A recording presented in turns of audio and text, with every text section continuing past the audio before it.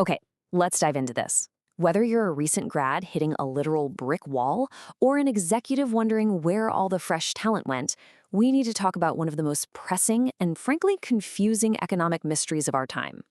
Right now, we're seeing this massive clash between the modern push for corporate efficiency and a full-blown entry-level hiring crisis. I mean, on one hand, we hear all about record profits and economic growth, right? But on the other, millions of young people stepping into the workforce are finding the doors completely locked. Today, in this explainer, we're going to break down exactly what's happening. We'll look at the hard data from both the corporate executive suite and the grads on the ground and uncover why the traditional path to starting a career is, well, it's seemingly vanishing into thin air. To really grasp the scale of this disconnect, we got to start with this incredibly stark number, 42.5%. That is the current underemployment rate for recent college grads, and it is the highest level we've seen since 2020. Put simply, nearly half of the young adults who did everything right, went to class, passed exams, got the degree, are currently working jobs that don't even require a college education. They're so eager to jump in and start their careers, but the market just isn't absorbing them the way it used to. And the reason they can't find those roles becomes crystal clear when we zoom out to the broader macroeconomic data. In July of 2025 alone, the economy created only 73,000 jobs. That marks a sharp statistical decline in entry-level job creation that has really defined the entire year. Now, 73,000 might sound like a lot in a vacuum, but in the context of the American workforce, that is a dramatic shrinking of the market. Right now, we've got 2.5 million young Americans actively unemployed and millions more underemployed. The jobs simply aren't being created fast enough to handle the flood of new graduates. So how do we get to this severe drought in 2025? Well, let's walk through this timeline. Back in 2020 and 2021, money was cheap, interest rates were near zero, and we saw this massive tech-fueled hiring boom. Companies were totally flush with cash and went on an absolute hiring spree. But fast forward to 2023 and 2024, and that easy money abruptly turned into tough money. Inflation spiked, interest rates shot up, and companies suddenly realized they were way overstaffed. And now, here in 2025, we're dealing with a hangover. Major tech layoffs and a huge pivot toward artificial intelligence. Those entry-level roles that were basically handed out a few years ago are now the very first ones getting squeezed out. Section 1. The Executive Viewpoint. Now, what's really interesting about this slide is that to truly understand this drought, we have to completely flip our perspective and look at the hiring landscape from the viewpoint of a modern corporate executive. Why are companies deliberately passing on fresh grads? Well, it's not just the macroeconomy. It is a fundamental shift in corporate strategy and risk calculation. Recent survey data from about 800 U.S. managers and execs shows a growing, serious hesitation to hire Gen Z. Nearly 40% of employers explicitly say they favor hiring older, more experienced candidates over recent grads. Executives are reporting that younger candidates are really struggling to pick up professional cues. And hey, that might partly be due to the isolation of the pandemic and doing college via Zoom, right? But the result is that corporate leaders are pivoting hard. They want proven experience, not just potential.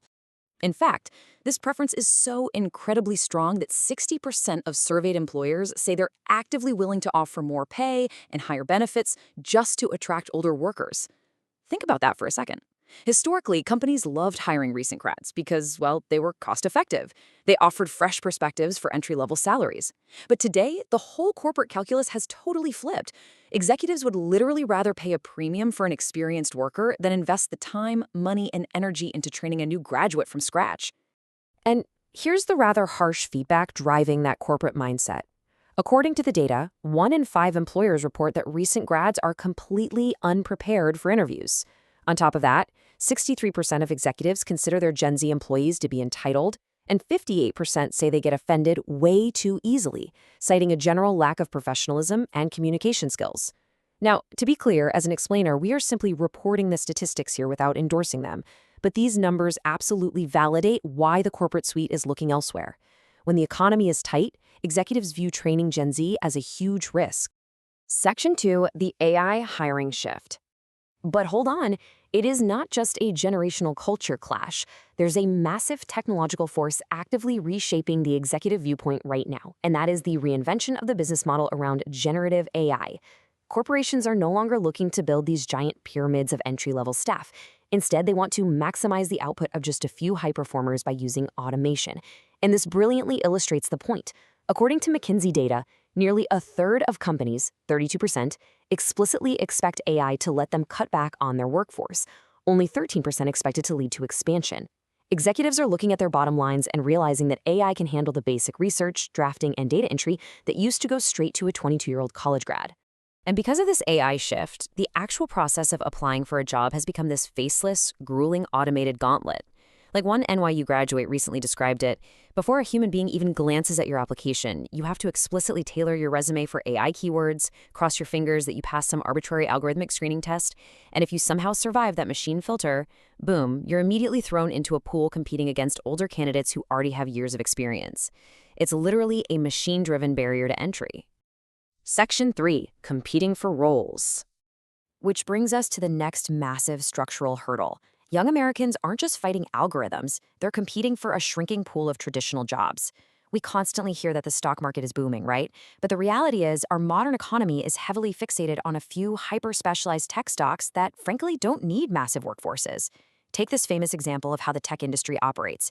When Facebook bought Instagram for a staggering $1 billion, Instagram had exactly 13 employees. 13!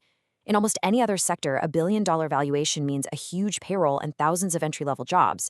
But in modern tech, massive market growth mostly benefits shareholders through incredibly low overhead. It creates immense wealth, sure, but it doesn't create widespread employment opportunities for young grads. And for the entry-level jobs that actually do exist, domestic grads are competing against a massive global labor pool. Get this. Approximately 80% of workers here on an H-1B visa are working in entry-level roles. From a corporate executive standpoint, immigrant workers are highly attractive, not just for their incredible talent, but because statistically, they are significantly less likely to quit their jobs due to visa dependencies. So it adds yet another intense layer of competition just to grab that very first rung on the corporate ladder. Section 4, the Gen Z reality. Let's move to and see how this builds from the graduate's perspective. We've seen the macro data and the executive calculus, but what does it actually feel like to step out of college into this perfect storm of AI automation, reduced hiring, and fierce competition? Well, it feels like a massive paradox. Grads from universities like NYU and Smith College are scrolling job boards only to find this tragic irony. Positions literally labeled as entry-level now routinely demand 3 to 5 years of experience. No way, right? They are completely locked out of the market. They can't get a job without experience, and they obviously can't get experience without a job. To humanize these stats a bit, let's look at Jillian Frost, a 22-year-old quantitative economics major.